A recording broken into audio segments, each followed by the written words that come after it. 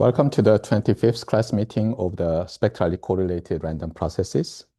So before I come to this last class meeting of this semester, I pondered over what to cover in today's meeting. And that is the result of this PDF file and also some comments. The first one is about the final exam that will be again take-home form. There will be problems to point out where the LLMs hallucinate and how to correct the errors, something like that. Because I've confronted too many hallucinations when I have written some of the documents I uploaded, co-authored or co-wrote with especially Gemini. And it seems that Gemini sometimes becomes very clever. In one day, it's very dumb, probably depending on the number of users. But anyway, so there were too many hallucinations, and I had to correct up to the last minute. I hope there is not a few hallucinations here in the document. So anyway, I found that this would be a very great problem sets. So even if you ask Gemini or ChatGPT or anything, probably they will hallucinate also without your enough information provisions. So anyway, yeah, I'm going to enjoy problem making, and you will enjoy problem solving, I hope. And I'm going to cover this PDF uploaded in our course homepage, especially in the scheduled download section. You've already using a lot. So if you visit this page, it is now containing many PDF files. Here goes the last one we are going to cover. And I put some comments like you can find more materials from Spring 18 course below. So here goes the Spring 18 schedule download. And some of the, by the way, all these class meetings were recorded in Korean, so I'm sorry about the if you are not familiar with Korean language.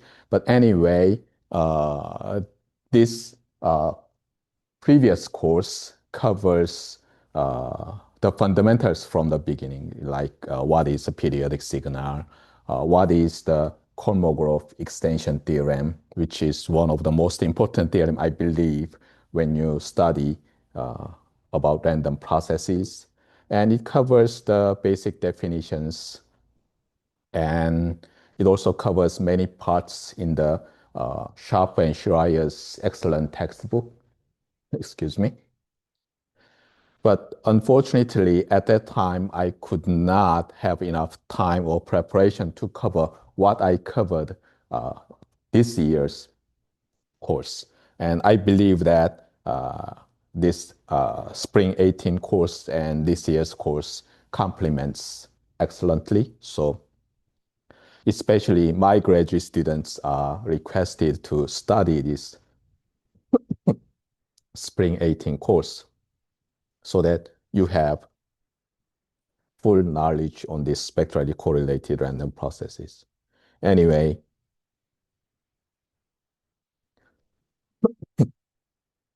it seems that the classroom is too chilly. Just a second. Okay, much better. So especially I request my graduate student to make a schedule to entirely cover this Spring 18 course so that you are taking this course this year is not wasted. I believe without complementing the course, your knowledge will be kind of half of what I expected. So yeah, some of the papers are overlapping, so you may save a lot of time, not the entire semester would be required to cover these topics. Anyway, so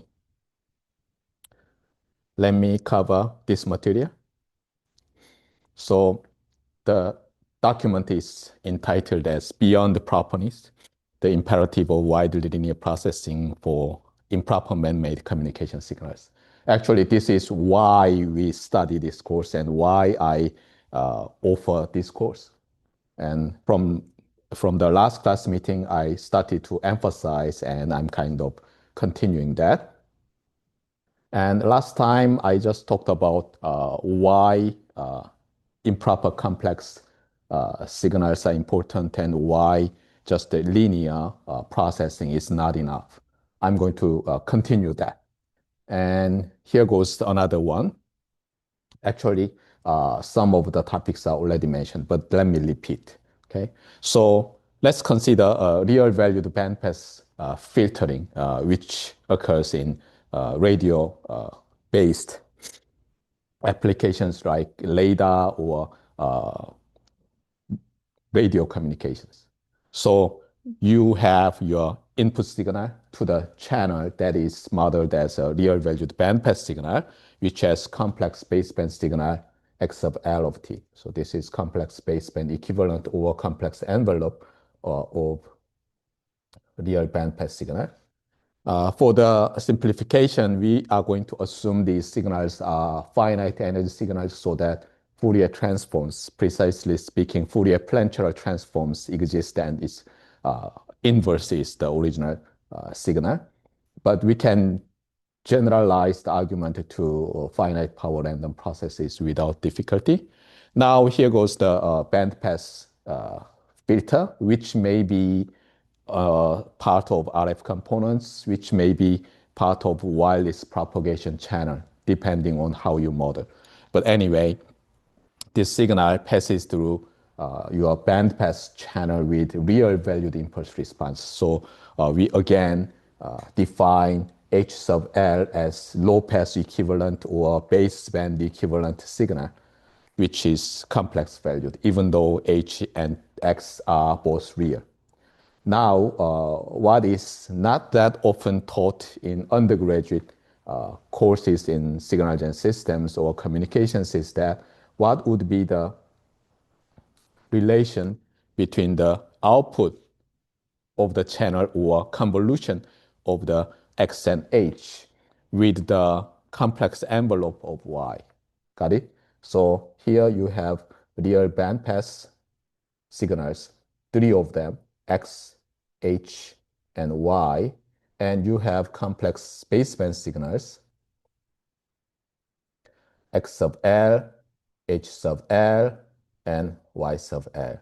The question is, when Y of t equals HT converge with X of t, what is the relation among the complex baseband signals?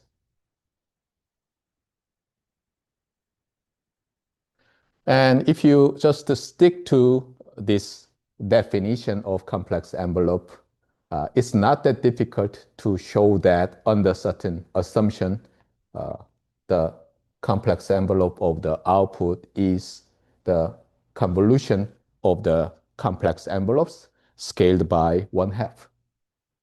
And this 1/2 occurs because you have two real valued signals which utilizes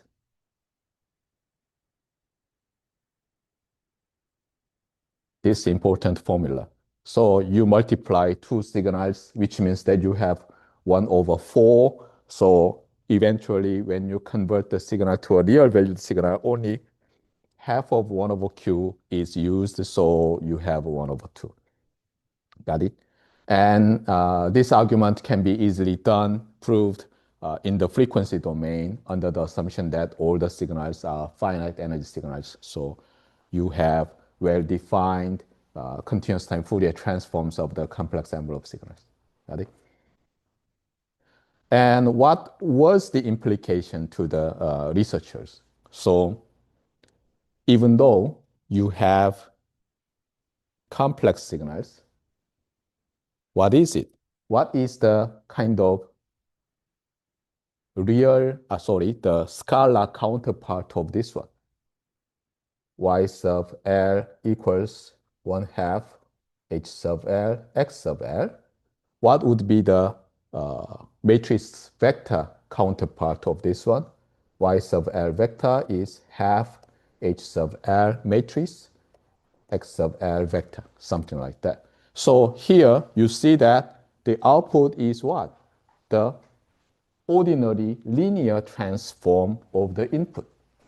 There is no widely linear transformation. Got it? And this kind of gave misinterpretation that widely linear processing would be better in many cases with radio applications. This is the first reason. And here goes the second one that is based on what you learned throughout this year's course. So another one is that, so let's consider a bandpass random process. So real valued bandpass random process. And whenever we have some uncertainty in the signal for radio communications or radar, we want to model the signal as a random process. And among the random processes, what would be the simplest random process? What would be the simplest model to approximate that real world, real valued bandpass random process? One of the assumptions is the Y-sense stationarity. So let's see what is the consequence of this Y-sense stationary approximation, which has been prevalent in many research papers and even common practice in these days of modern digital communications. So let's assume that X of t is a real valued bandpass random process and also Y-sense stationary. Then what do we have in the frequency domain? So first, let's examine the mean process. And what would be the mean process? You are assuming this is real bandpass. What does that mean, by the way? So we have to kind of define the meaning of real bandpass random process. So what you need to do now, after you have taken this course, is to consider REV bifrequency spectrum of this real valued bandpass signal. So you find the autocorrelation function and you apply symplectic Fourier transform to the autocorrelation function so that you have two variable frequency, two frequency interpreted variables, F1 and F2. So what do you have?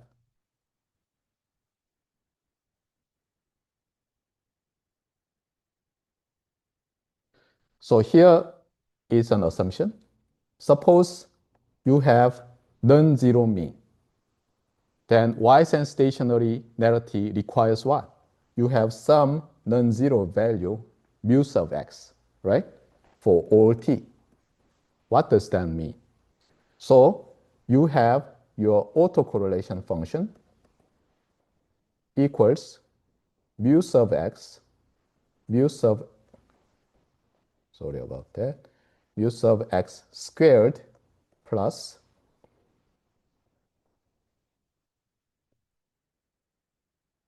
autocovariance function, right? Because it's real. X sub mu is real and R and C are both real, right? So if you apply just the definition, you have this result.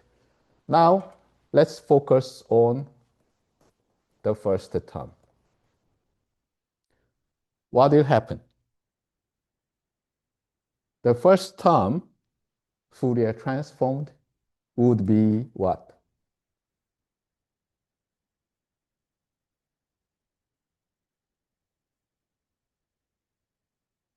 converted to this form, right? Which means that this component lies on the origin of this plane. So you have here some Dirac delta type thing. Now, what would be our assumption that X is bandpass? Which means that we have some band F initial and F final. Okay, let me just say F1 and F low and F high, right? And only on this interval, the signal power could be non-zero. That holds the same for F2.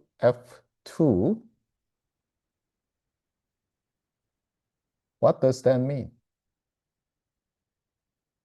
You have only non-zero power on these 4 shaded squares. But if you have non-zero mean for x of t, you have something outside these 4 squares. The only way not to contradict is mu sub x is 0. Got it? So in the frequency domain, it could be easily claimed that Y's and stationarity and band limitedness, pass bandness of the x of t implies the Y's and station random process has 0 mean. Got it? Now, let's focus on the autocorrelation function. So we are going to examine the autocorrelation function of real valued x of t. So you can easily say that the complementary autocorrelation we intensively studied is not required here because x is real. So r sub xx and r tilde sub xx are the same, so we don't need to examine it, right? Now, what about the symplectic Fourier transform of this one? Now we are carefree about the possible non-zero mean because we've shown that it must have 0 mean. And up to this point, we are kind of stuck because we cannot proceed any longer. However, we already have written the random process as this form. We have complex baseband equivalent signal XL of t that is upconverted, and its real part is x of t. So we substitute this representation to the definition of the autocorrelation of x of t. And be careful, for the second term, we have to replace t with s. And then the autocorrelation function of x of t now can be rewritten as the autocorrelation function of xl of t and complementary autocorrelation function of xl of t. So for simplicity, we multiply 4, and then we have this result, as you expected. Now, what is Y's and stationarity of x? The autocorrelation function of x must be a function of tau, which here is defined as t minus s. So among 4 terms, we shouldn't observe any dependency of t. What would be the only way to remove that? So the first term has t here, and the fourth term has t here. What does that mean? Our factor that happen to be related to the complementary autocorrelation of XL of t must be 0.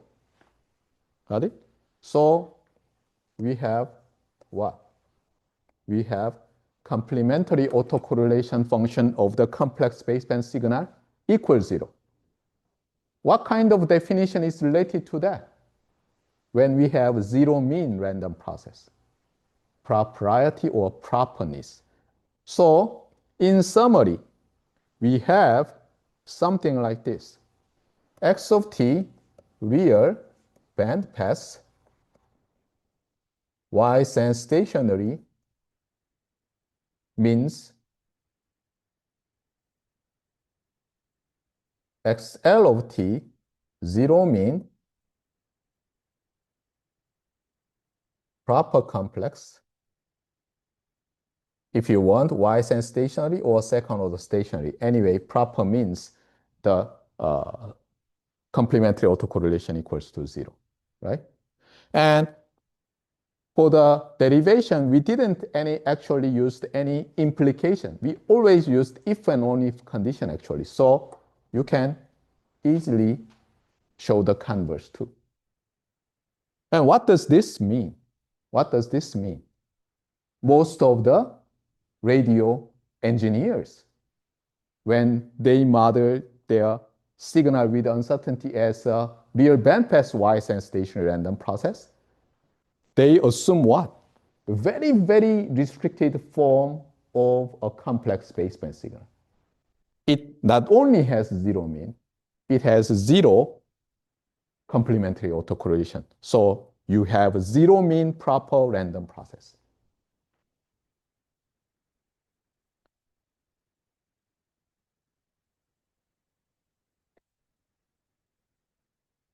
And now let's see more on this one. So you may say that, okay, now let's consider some x of t that has impropriety. Then what is the property of y? And you can show that we already know for the complex baseband signals, the output complex envelope equals 1/2 of input complex envelope combined with the filters complex envelope.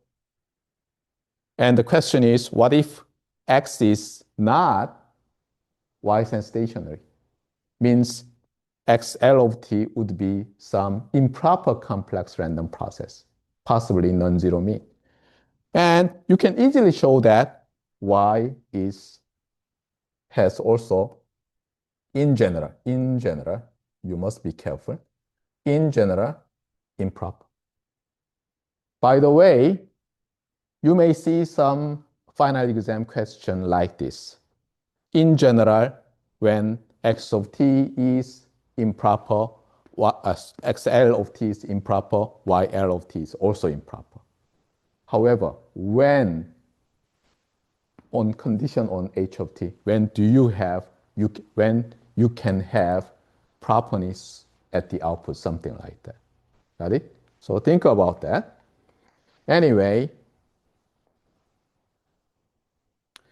the problem is that, as I told you, if this is improper, even though you have just linear relation between this one and that one and the complex envelope, you still have improper YL of t, which may require widely linear processing or which may exploit spectral correlation in the signal. Got it? And many man-made signals, unlike the nature-made signals, we have impropriety or improperness of its complex baseband signal. Representative signals are, as I emphasized, DSB or its variation AM signal, PAM modulated signal, on-off keying, or even when we have zero mean proper signal like QPSK, if we have IQ in phase branch and quadrature branch imbalance in our transmitter or receiver, we have improper signal to hand. So just linear processing may not work well. And now, why this course's title has spectrally uncorrelated blah, blah, blah. So let's see that. The first one is that this is I already covered, but very fast and vaguely. So I wanted to clarify by writing this document. So what is the definition of spectral uncorrelation? So as the name says, when we take a look at the rev by frequency spectrum of real bandpass random process or baseband random process, what is the requirement? What is the requirement for spectral uncorrelation? You must take a look at the definition of this bifrequency spectrum, and you will see double Fourier transform of what?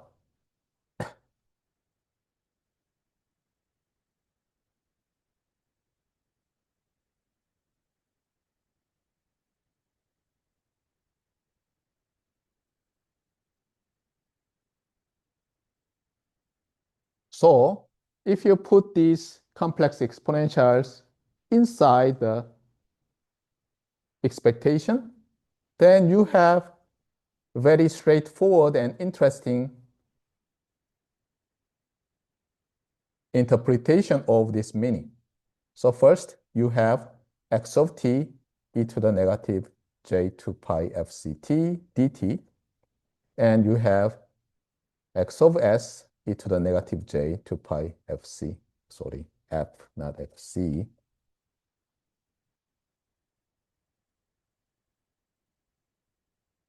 fs ds conjugate. Here, you must be careful. We are very, very tempted to write it like something like this.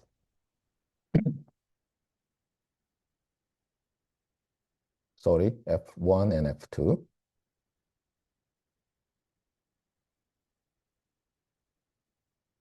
Of course, you can interpret the bifrequency spectrum like this, but never write this last line in any paper or homework, because whenever you write in that way, your professor will just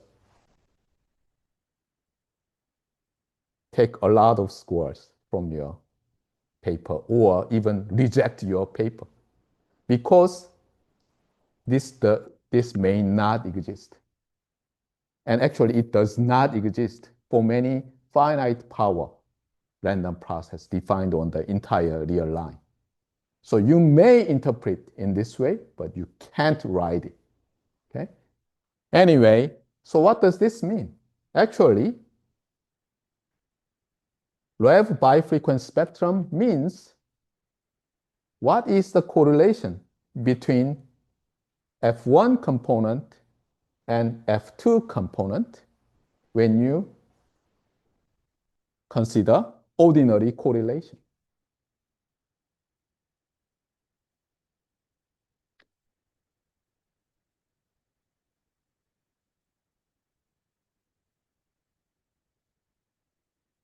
And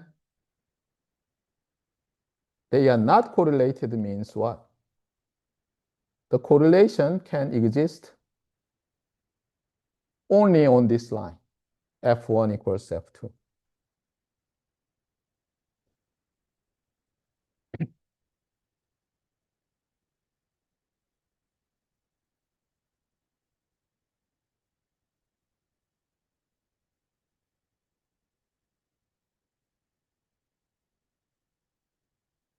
And you may wonder, hey, I want to think about complementary autocorrelation and complementary bifrequency spectrum. The problem is this. So let's consider complementary autocorrelation. What is that?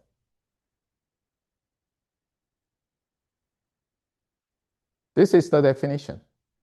However, X is real valued. So what you have is the equality.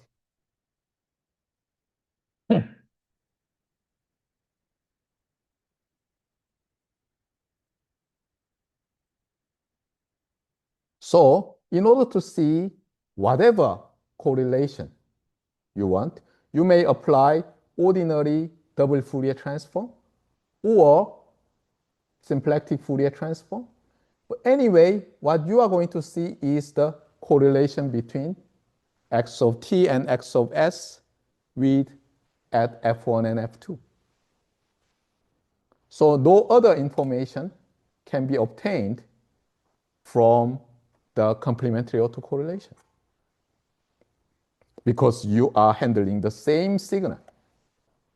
Your transform may look different whether you choose symplectic double Fourier transform or ordinary double Fourier transform, but you gain no information. So this is not needed here. Now, we define real-valued random processes spectral correlation using the ordinary Rev bifrequency spectrum as what? Only on this line, non-zero correlation may exist. Got it? So that can be agreed easily. And now let's see what happens for not just the general real-valued random process, but also for real-valued bandpass random process. So the definition is for real-valued random process. Now we are going to apply that for the real-valued bandpass random process, so that we want to see the relation among the bifrequency spectrum of the bandpass signal and bifrequency spectrum and complementary bifrequency spectrum of the complex equivalent signal. So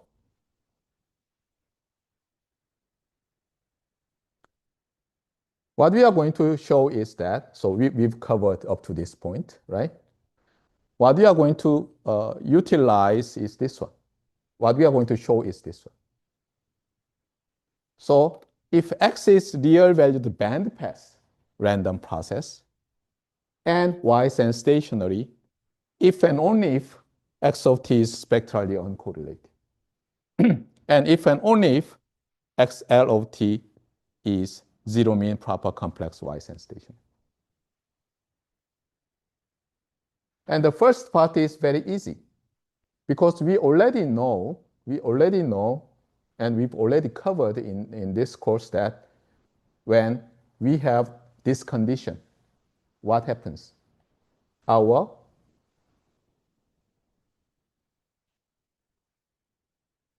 bifrequency spectrum of X of t is what? Is the shifted version of the ordinary power spectral density. So let's see. So in this case, we have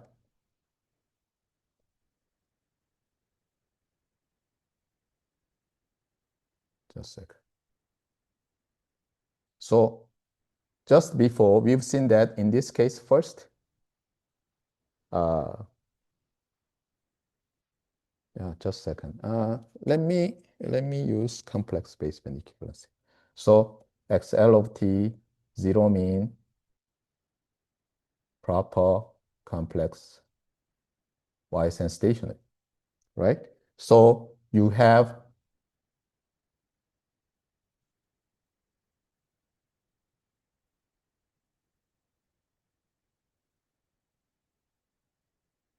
this relation as you've seen a lot of times in this course, right? So XL has this, and S of XL is zero for all F1 and F2. Okay. So let's just prove this entire thing all together using these two. Okay. So think about this way. Just let's start from, just a second. That's not good. Okay, let's prove this one first. Okay, the upper line first. So from this one, we can show that the bifrequency spectrum of the real-valued bandpass Ysan station random process is the shifted version of this one to what?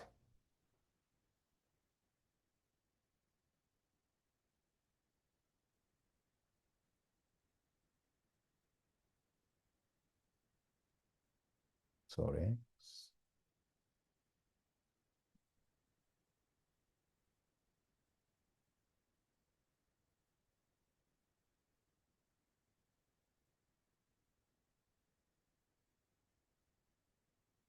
So what you observe is that on this line, your power spectral density is located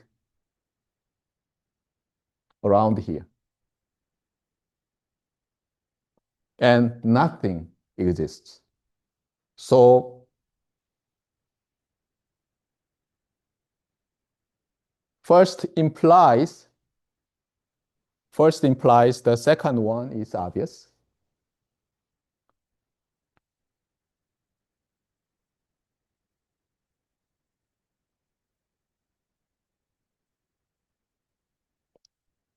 What am I talking about? First and third. Sorry about that. Yeah, we've seen this is same as that one, right? And using this property, yeah, we have something like this. Now, since they are the same, we've seen that the direct part. And what would be the converse? So in order to show the converse, we consider very general form like this. So again, we have the relation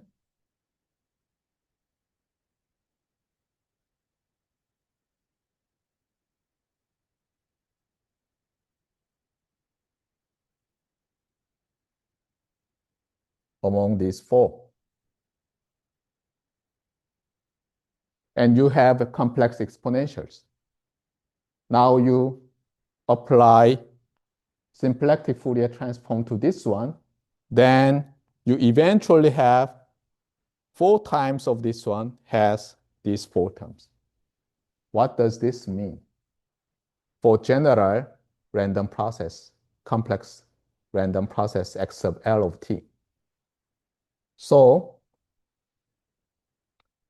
again, here, this one means what? Suppose you have some complex valued signal, rev bifrequency spectrum. That is now right shifted by Fc, up shifted by Fc. So around here, you have the first term, right? And what about the second term? Second term is, just a second, am I correct? Yeah, this sounds strange. Yeah, I believe, yeah, LLM hallucinated. Yeah, where is conjugation?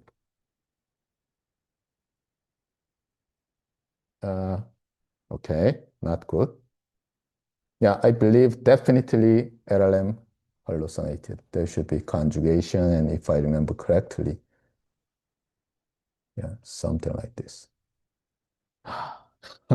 Anyway, means that this one is what? Conjugated and flipped, then shifted down here. So let me just write this way.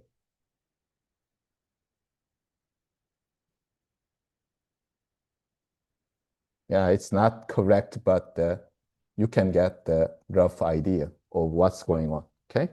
So if you have something here at F1, around F1 comma F2 equals FC comma FC, then you have some conjugated and reflected version here at negative FC and negative comma, negative FC.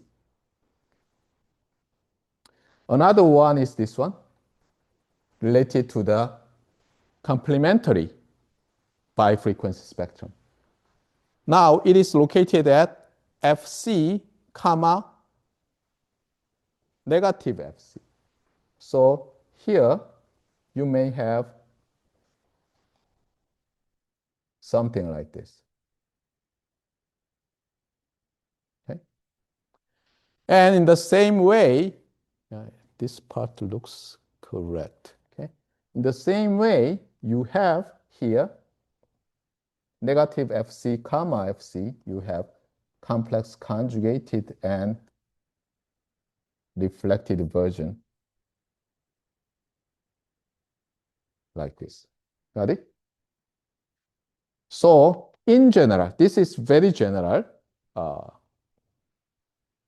Bifrequency spectrum's shape of real valued bandpass random process, second order. It always looks like this. Now, let's apply our definition of spectral uncorrelation.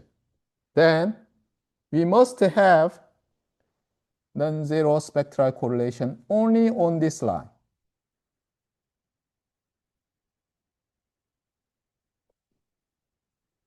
So first,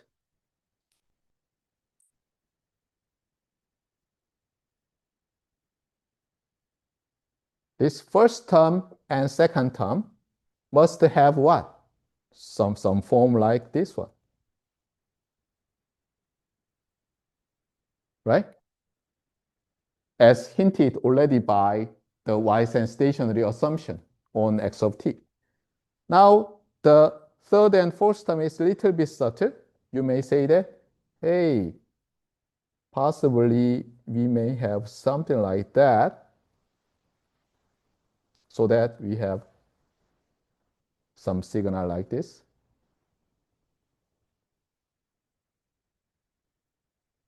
But our assumption is what? We have bandpass signal, means that we have this assumption with some FL and FH, means that these 2 points never touch F1 equals F2 line. So bandpass assumption and spectral uncorrelated assumption just forces these terms disappear. What does that mean? X of L must be proper. And this one means what? XL must be Wisen stationary. And still you may say, that, what about zero mean? And probably you remember that suppose these guys, sorry about that, XL of t has non-zero mean, some mu. Then what happens after your modulation? Not just the non-zero mean of the real valued Wisen stationary process, because we've already seen that band limitedness eliminates the possibility for x of t has constant mean. We are focusing on now possible constant mean of complex baseband signal. And if we have something like this, what happens? When we modulate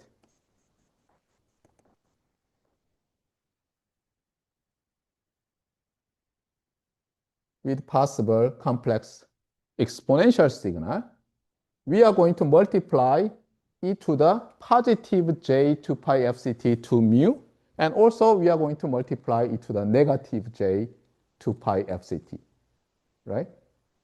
So we have two terms related to the mean parts, and that also occurs for x of s. And what happens? We have four terms related to the mean part. And each one is what? Each one is related to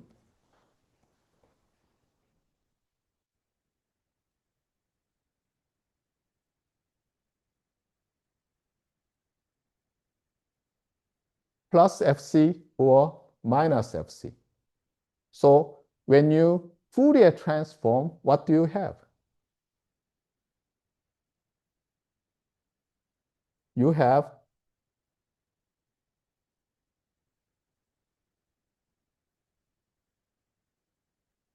four terms with alternating signs.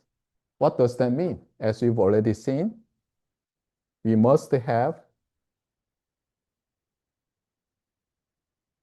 double Dirac delta here. Not only we have double Dirac deltas on the line F1 equals F2, we have what? F2 equals F1 plus minus 2Fc. That contradicts our assumption of spectral uncorrelatedness. So complex baseband signal also has zero mean. So everything fits together. Got it? If we just consider general complex baseband signal, it could be proper, improper. However, when it is upconverted, then it's highly unlikely that you obtain real-valued Wise and stationary bandpass random process mathematically. Okay? The nature may generate something like that. For example, white Gaussian noise, right? Bandpass, band-limited white Gaussian noise. So you see the importance of this title, spectrally correlated signal. So we are not going to confine ourselves to very, very, very, very special signal model. Zero mean, proper complex, Wise and stationary, complex baseband signal. We are not going to consider that. Got it? Then all the others generate spectrally correlated random processes when it is upconverted to real passband. Got it? That's the message I want to convey. Okay? So still this document has some hallucinations not completely removed. So enjoy the final exam. Anyway, so here goes the kind of conclusion. From radio communications, every trouble stems from. So here goes real valued bandpass random process. In order to reduce the hardware burden, we usually down convert to complex baseband. And now this is a digital era, so we sample the signal. What signal? Complex baseband signal. You may say that, oh, we sample real baseband signal. You sample real baseband signals in phase and quadrature parts corresponding to. So you have complex valued signal even after sampling. Now, we are not handling discrete time signal. We are handling vectors. Then what do you have? You have complex random vector. And complex random vector may have now what? Impropriety. So the story, complete story is this. So x of t, real bandpass random process. X of t is spectrally correlated random process. By the way, in order to maintain our result consistent, even for complex valued random processes, spectral uncorrelation could be or must be defined as what? Zero mean, proper, complex random process. Otherwise, we have inconsistency. Spectrally uncorrelated complex signal becomes spectrally correlated bandpass process. We don't want to do that. Got it? So even though people not defined spectrally uncorrelated complex random process, let's define ourselves like that. So spectrally correlated random process. Now you sample it. then you have improper, in general, complex random process, discrete time, right? And if you truncate it, then you have improper, complex random vector. That's the story. So, of course, there are other applications that generates some complex valued random quantity other than real valued bandpass signal related to radio applications, radio wave applications. However, this is one of the most important application or reason why we consider in this course for communication engineers, the spectrally correlated random process become important.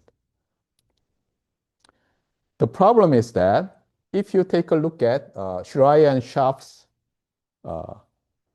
textbook and all the related so-called widely linear signal processing people, they start from this one. So they are not talking about spectral correlation. They just talk about impropriety. Of course, spectral correlation implies the complex random vectors impropriety. However, not just impropriety is there. For some very special signal, its complex sampled signal not only exhibit impropriety, but also exhibit some remnant of spectral correlation. That's what I want to emphasize. Got it? So, see that? This one has spectral correlation. If, be careful, if sampling rate or sampling period is properly selected. The reason why I say this one is that, as you will see in the final exam, whenever we sample, uniformly sample to obtain a discrete time signal, we apply what? Anti-aliasing filter, which ideally strictly band limits the signal before sampling. And this strict limitation of bandwidth sometimes completely removes impropriety. Sometimes. Let me give you, because you are too obsessed by the final exam, so let me give you an idea, okay? Suppose you have a complex baseband signal that is second order stationary. So it has what? It has spectral correlation among F1 and negative F1 and F2 and negative F2, right? In general. Now,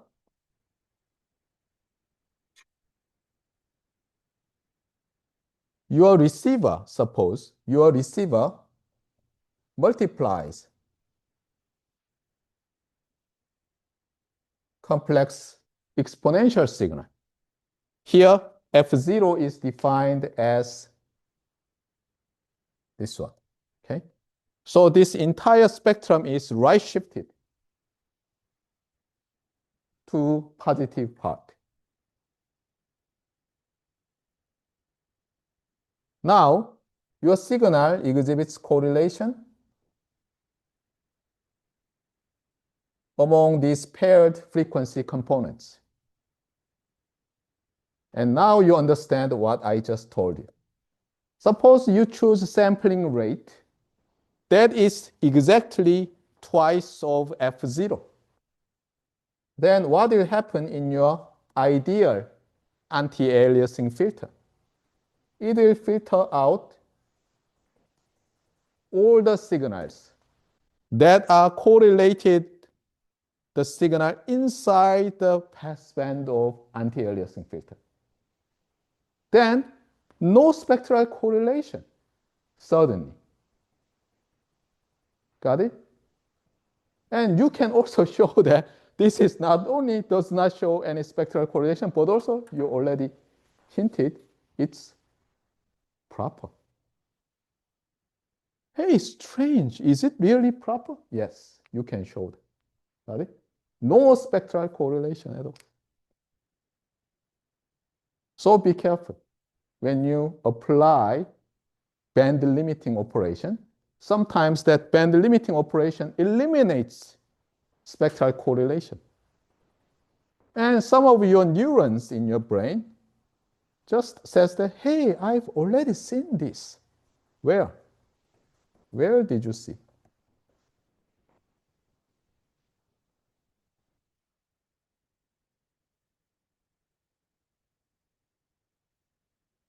In properizing fresh vectorizer. That's exactly what's happening. See that? Suppose x of t has spectral correlation.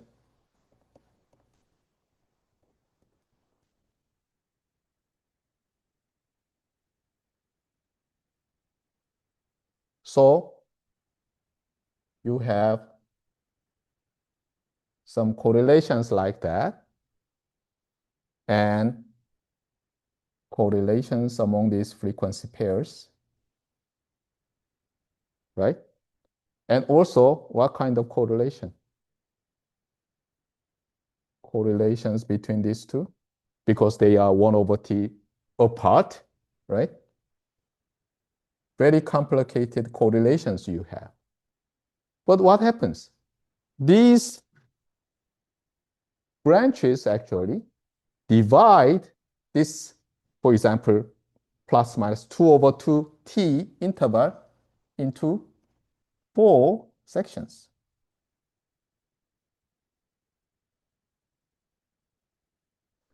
And makes virtually at the output of 4 outputs, you only observe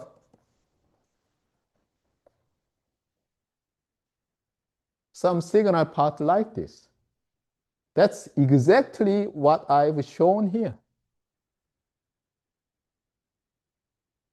And not only this one, but also it aligns the spectrally correlated components at the output.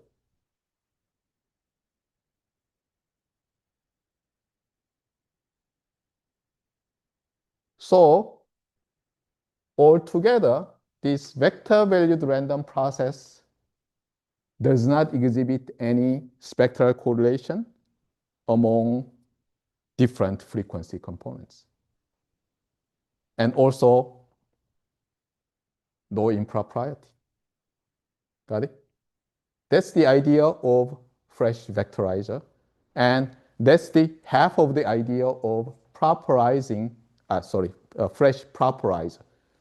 Fresh properizer just removes the impropriety and aligns the spectral correlation so that your output now become twice the cycle period of the input cyclostationary random process. By the way, in the previous Spring 18 course, I emphasized a lot about cyclostationary random process because it is very, very representative spectrally correlated random process. And also, it's very important in digital communication because most of the QAM signals and PAM signals are those signals, cyclostationary signals with spectral correlation. Got it? So that's the entire picture of this course and why this course is so important. The last emphasis is this one. So today, I talked a lot about random signal approach.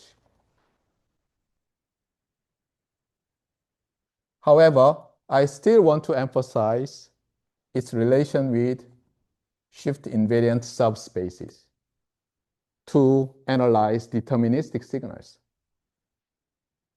Because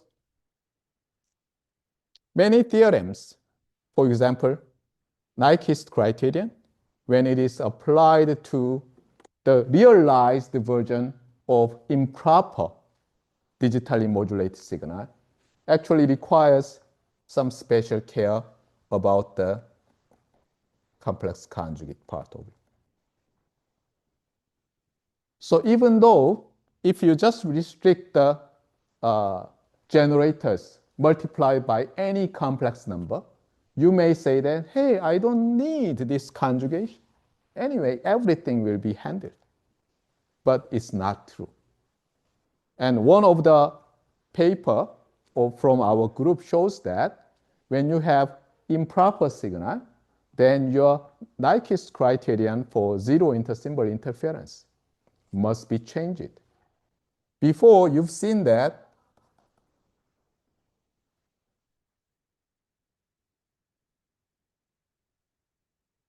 this is enough for zero ISI condition.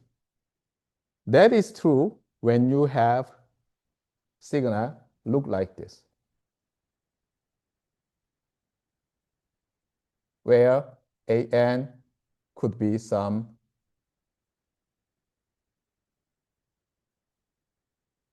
complex valued one, so that we can just assume that, hey, let's think about shift invariant subspace with generator multiplied by any complex number. However, if AN must be in this form,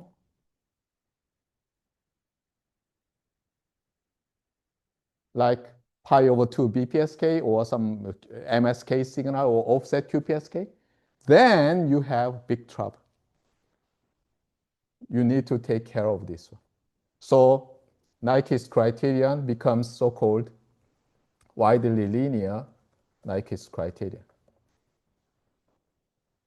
where your ISI is defined the real part of ISI. So you have to take care of the conjugate part. Got it? So the spectral correlation is closely related to the spectral correlation and widely linear processing of spectral correlated signals is closely related to shift invariant subspaces, but you must be careful. Okay? The generator's coefficient sometimes cannot be chosen as arbitrary complex number in some applications. In that case, we need new theory, but I don't know how those signal processing theorists extended this one. So this one is one of my recent interests while attained while teaching this course this semester. Got it? By the way, I myself had a good chance to be inspired by the preparation of this course. And I have kind of solved one of my old open problem to me this semester. So I'm very happy about that. And I also recently, probably 2 days ago, very disappointed because I thought I could, I had found a very, very impressive result with my new assistant, Google Gemini, but the result was actually totally incorrect because of a lot of hallucination that half caused by myself and half caused by the LLM itself. But anyway, this course inspired me a lot, so I'm going to investigate about this one. And I hope you also enjoy this course during this semester.